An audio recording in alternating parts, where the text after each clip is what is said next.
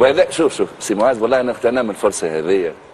راه اوني توس فرير داكور، ومحلاها الكلوب افريكان ومحلاها ليسبيرونس ومحلى الجو كي يبدا كاك. انا من المنبر نتاعك هذايا انا نعطي نداء الكبارات النادي الافريقي وكبارات الترجي الرياضي التونسي وكبارات النجم الرياضي الساحلي، وانه نعملوا اجتماع واثنين وثلاثه باش في بين جوان وجويليا ننقذوا النجم الرياضي الساحلي. وهذا نقول لك من كل قلبي باش العام الجاي لا كومبيتيسيون تبدا باهيه والنجم الساحلي نلقاوه في بلاصه اللي لازم موجود فيها.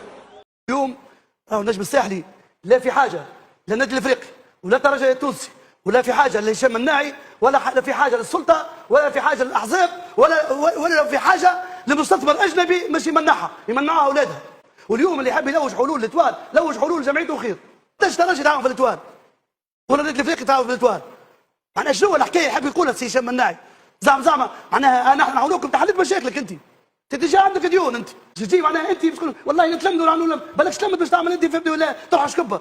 نحن نصحكوا حتى واحد قبل مش تعاوننا تو وما عاونتناش احزاب اللي عاونت برشا جمعيات وما عاوناش اجانب مش جاي انت تو تعاوننا.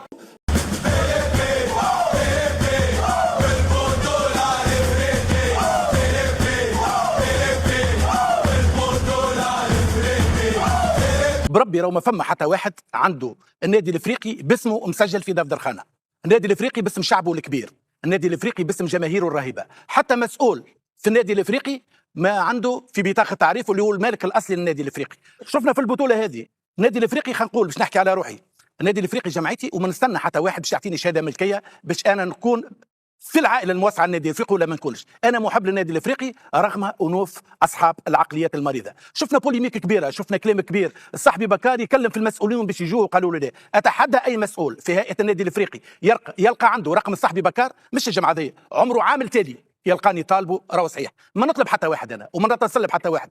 وللتاريخ نذكروا الحفله اليوم قاعده تعدى عند زميلي وخويا عادل بوهلال، عند عادل بوهلال كيف كيف وين تصب تنفع. عادل كلوبيس وانا كلوبيس ما عندناش حتى مشكله يا جماعه. اما فما اطراف معينه ما يصيرش ما كنتش باش نتكلم. اما استفزتني الاغنيه الجميله نتاع الفنان الكبير احمد المجري، بالحق مستني.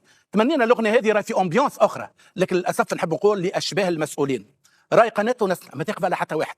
تهمتكم الوحيده ان هذا البرنامج بتعلة وهم تزرعوا فيه في مخيله البعض برنامج قناه ونسنا، برنامج الترجي، برنامج السيد حمدي المدب. لا، هذا البرنامج هو ملك لقناه ونسنا الفضائيه. هذا البرنامج يحظى بنسبه مشاهده عاليه داخل وخارج تونس رغم انوف اصحاب القلوب المريضه. نذكركم صاحبي بكار ومن معه في البلاتو وقتها تحديدا في المجموعه اللي معايا كان سي صالح حساب في توا وقت النادي الافريقي وقت الازمات. صاحبي بكار عمل البلاتو ما هوش مسجل، عملوا في الديريكت جماهير النادي الافريقي والمحب الغيور واللي هو راجل ونحبه برشا فؤاد ولد عماره في البلاتو، صابر الخليفه في البلاتو، وليد التونسي في البلاتو، الفنان المتميز فيصل الرياحي في البلاتو، حصه تاريخيه. لكن نجي نقول اليوم تحبوا نمشوا لفلان وانتم احرار، احنا ما ندقوا الباب على حتى واحد، احنا اللي حب يجينا هو يدق علينا الباب في قناه ونسنا. التهمه الاخرى اللي تحكيوا فيها نتاع حمدي المدب، انتم تحبونا خلينا نقولها انا ما يسالش. صاحبي بكار كان انا نخرج نسب ليسبيرونس ونسب حمدي المدب تو تعملوا لي تمثال من الذهب ذوق 24 في حديقه المرحوم منير القبيل. لا،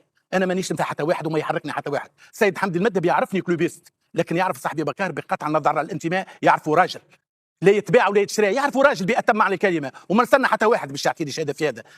سيد حمدي المدب قيمته محفوظه عندي على غرار كل رؤساء الانديه في تونس بما فيهم الدكتور الحالي رئيس النادي الافريقي محسن الطرابلسي. الترجي ككل الجمعيات، لكن اليوم باش نردوا الترجي فاشله والترجي خايبه والترجي بها وعليها، مانيش انا باش تحركوني بالكوماند. انا نخدم نرضي ضميري مع كل النوادي. غدوه اذا الترجي الليله باش نحكي في الكوندكتور على الترجي التونسي، واذا فما كلام حقائق باش نقولها راني باش نقولها، لكن في نطاق الاحترام. وبالتالي اللي قاعد يزرع في الفتنه واللي قاعد يحب يصنع وهم وانه فما عدو في النادي الافريقي اسمه صاحبي بكار، لا، اللي مسهم صاحبي بكار في اللحمه الحيه هما يعرفوا رواحهم شكون. اللي مسيتهم انا في اللحمه الحيه ما نحبش نتكلم، اللي هما كانوا في اجتماعات النادي الافريقي يحلوا لي التليفونات ويسربوا لي اخبار النادي الافريقي. اي هذا هي الحقيقه الموجوده. الناس هذوما نحب نقول لهم حاجه بركه، النادي الافريقي ملك جمهوره، والنادي الافريقي بالبطوله 14 ان شاء الله تجيب بطولات اخرين، لكن نحبوا البطولات كيف ما كانت البطوله 14 بطوله نظيفه، بطوله بالعرق مش بتتيح القدر وبالسب وبالشتم وبالغوره بالفكان. لا، النادي الافريقي ارقى من الممارسات هذه. النادي الافريقي كيهز لقب يهزوا بالعرق. اما لذلك ما